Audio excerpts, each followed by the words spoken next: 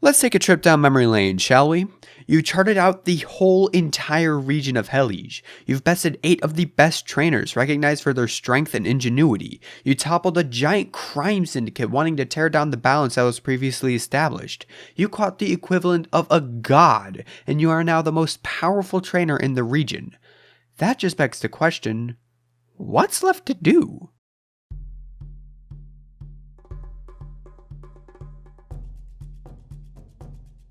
What's crack-a-lack-a Toxic Crew? My name is Toxiquid, and welcome to the final episode of Toximon. It's been a wild 2 years, but all things must come to an end, and seeing as you are now the crown champion of the Heilige Region, taking Catalyst boss William's place, I think it's now time for a breather.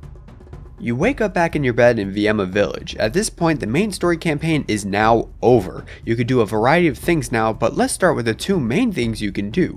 As soon as you leave your house, you get a call from Salim, acting as the new Hellesian professor, and he calls you back to Sagrado City. He sends his Antolite over because there's no real fast way to travel in Helige's rugged terrain. You see his Antolite in the far edge of the village, so if you want to start that post-game plot, that's your gateway to do so. But before you can make your way to the Antolite, you get a second call, this time from Orem, who wants to show you something back in the Moto Resort. We'll get to that part later, but let's hop on the funny electric antelope and scoot our way towards Sagrado City. Once in Sagrado City, you are met by Salim, who escorts you to his renovated lab. He got the funding when the funds that Cassid was sustaining herself with were transferred over to his facility, allowing him to upgrade a variety of things. And that aside, Salim tells you about a thing called Electate Crystals. Electate Crystals are a rare ore hypothesized to be found in Western Heilige and presumably other regions and are chock full of infinity energy. Infinity energy, for those who don't know, is the stuff that the Devon Corporation uses down in Hoenn to power stuff like their Pokenav. Electate Crystals are used for a variety of reasons. Some Pokemon centers use them as backup energy when the power goes out, some infuse them into power augmenting microchips, and some just flat out eat them. Now that you know about all these things, Salim thinks that there is a large deposit of them in the Siriguru Mountains, which is northwest of Uwilu City and just past Wildlands Route 12. With that knowledge in tow, you make your way down to Uwilu City, and just as you are exiting, you are greeted by Amaru, who expresses dismay about people leaving into that route. You explain to her the task that Salim put you up to, and seeing as you are the champion of the region, she lets you pass reluctantly. Before you head off, she warns you to be careful. She has heard stories about bandits attacking unaware passersby and does not want that to happen to you. Keeping that in mind, you head out into the new frontier that is Wildlands Route 12, finding new Pokemon not in other routes like Hippopotas, Golett, Exploits, Rochurkit, Lemurk, Whimsicott, as well as Nutrient the Sustenance Pokemon. Nutrient grows a variety of crops on its back. What's interesting is that different crops grow on its back depending on where it can be found. Zoltini, the resident Pikachu of the region because Pikachu ain't here. This is also the Pygmy Mouse Pokemon. Zoltini are tiny and will make do with its size by not needing much to survive and can last days off of a single berry. It uses all that energy it builds up to run and carry berries back to its nest. Lastly, there's Nestrich, the hatchling Pokemon. Nestrich are clumsy by nature, having somewhat stubby legs with a long neck. The more they fall down, however, the angrier they get, eventually evolving into a temper tantrum. You make your way down to the foot of the mountain range and are greeted by a primitive gate with 4 wooden carvings depicting some unfamiliar Pokemon. As you look at each one, you've just found out the names of them: Temporical, Duality, Orishine, and Trickstar. Interesting. But just as you are about to press onwards, 3 small children step out behind 3 of the different statues and jump you, forcing you into 3 consecutive battles. All of them have the same general team layout with 3 different Pokemon counterparts and a funny little bug guy shared between the 3. Introducing Grabug the Snapper Pokemon. These little guys are very energetic and can scurry over 10 miles without food to get a thing that it wants to get its little grubby mitts on.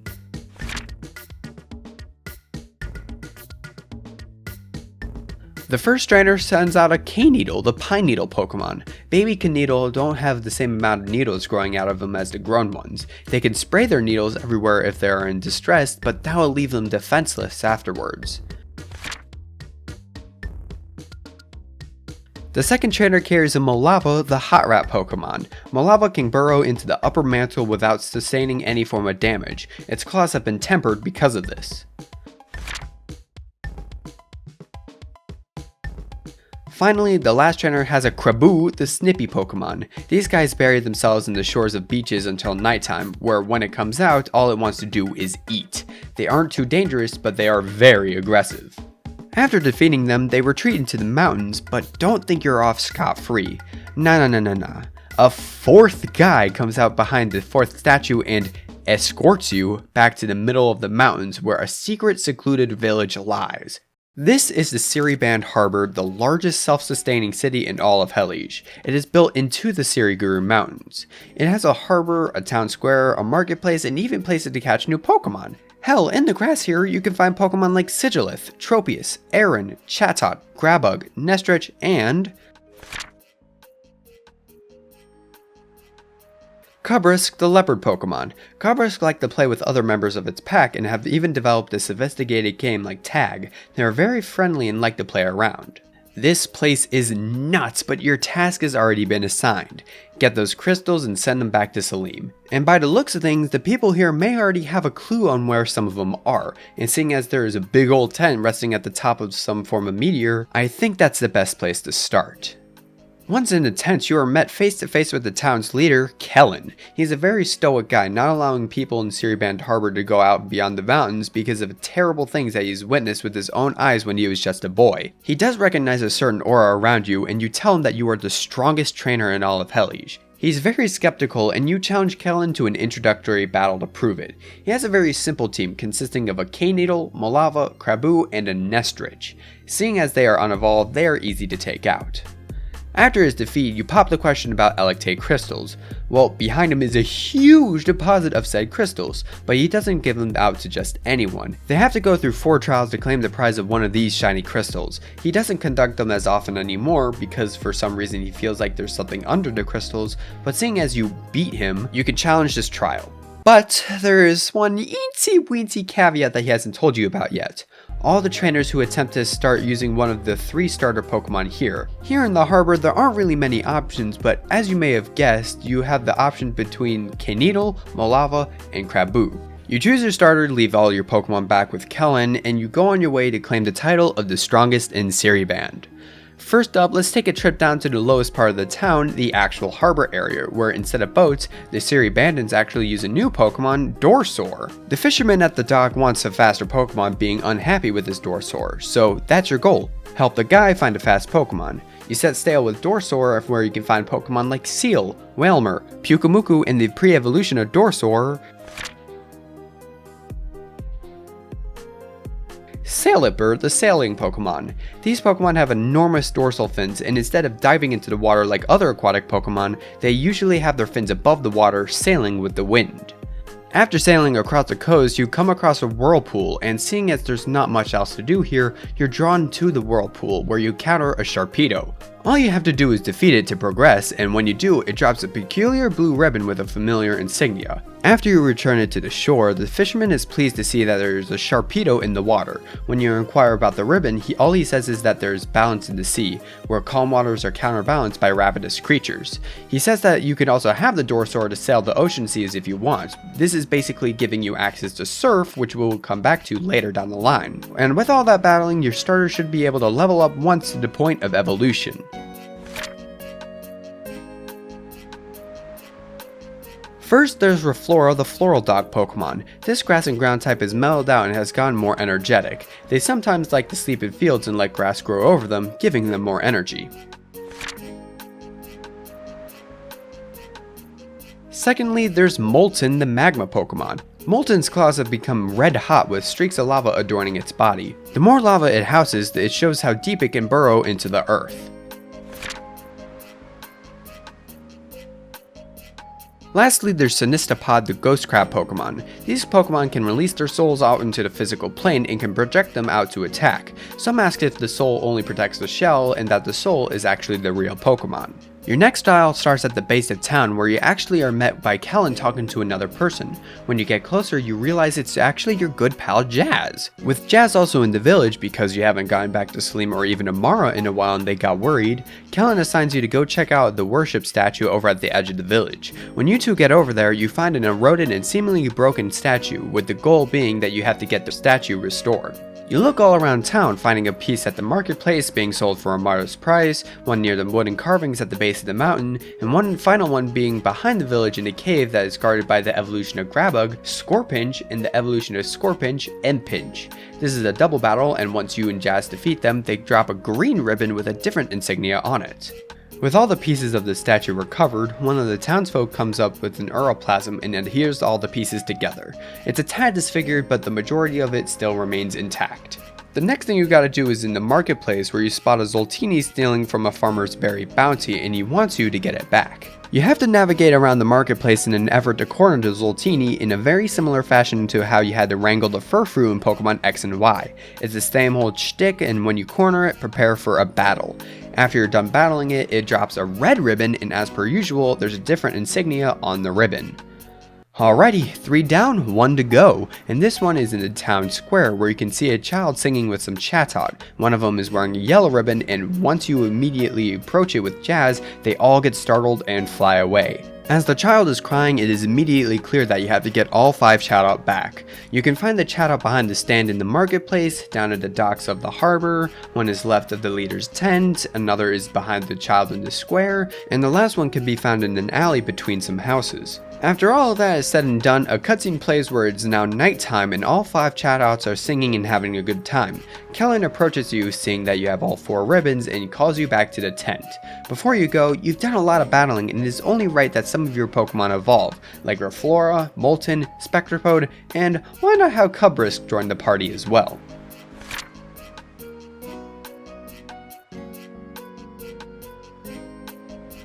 First up is a Caicle, the forest fauna Pokemon. A Caicle can mark their territories by planting poisonous flowers and mushrooms to poison their enemies if they step on their land. They typically travel in packs and will eat the overgrown flora growing off of their bodies.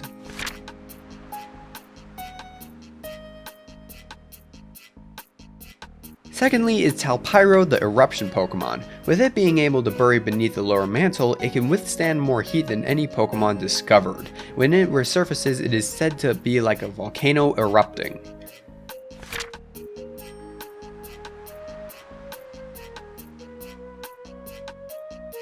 Thirdly is Spectropode, who dons the water and ghost type and is technically dead. Its spirit encases the segmented shell and wears it like armor. With no concept of pain, it swings its claws wildly.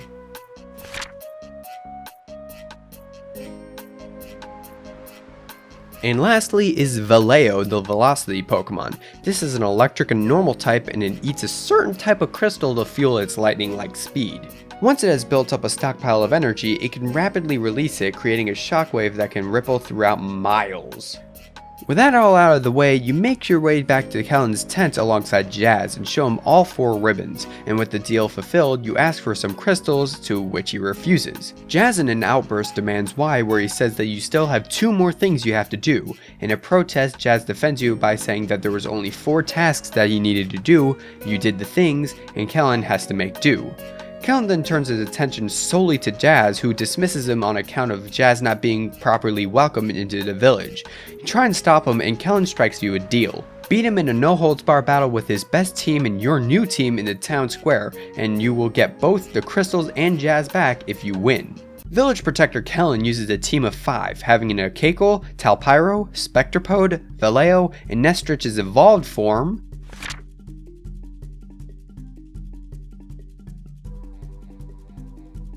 Ostrike. This fighting and flying type has now grown into their bodies and are able to deliver rapid kicks and swipes, as well as work as a mount for faster transportation. After his defeat, Jazz is let go and is free to roam the town at his leisure. Caicle, now humbled somewhat, asks you if you still want those crystals, where you say yes. He takes you back to his tent, where there's a deposit of crystals and some stairs. You follow him up the stairs, where after a short walk you reach the summit of the Siriguru Mountains. Right outside the stairs are 4 colored statues very similar to the wood carvings that adorn the entrance. Caicle motions you to deposit the ribbons in each corresponding statue, so green goes with green, red with red, etc. As soon as you place each ribbon on the right place, 4 beams of light shoot out from them, summoning Temporical, Aurashine, Duality, and Trickstar. They hover in place, unaware of what's going on. Caicle explains to you that with your work, you awaken the 4 seals. They shouldn't be in the same place for too long, however, because the legends state that they seal away a great evil named Caicle. After the introductions, Caicle sends them off to roam the region, effectively supplying 4 roaming legendaries. When the mountain starts to shake, you both go back down to the summit. When you both come face to face with the giant mineral deposit, he sends out his Ostrike to peck and chip away a segment of it. He gives you the chunk of ore and sends you on your way. With that, you can return back to Sagrado City, where you can give Salim the crystals. He rewards your effort with a crisp 2 million polka dollars. He also tells you about opening relations with Siriband Harbor so that they'll have a functioning Pokemon Center, but he says that the people won't be able to go back into the village until the construction is complete. When will the construction be complete, you ask? Oh, not long, you just have to fight and catch the 4 seals. And you may be wondering about your party that Caicle was holding on to, but don't worry, Salim was sent those as well and are now in your PC. And as for all the Pokemon that were found in the village, don't worry, they are now found in routes surrounding Uelu City as well.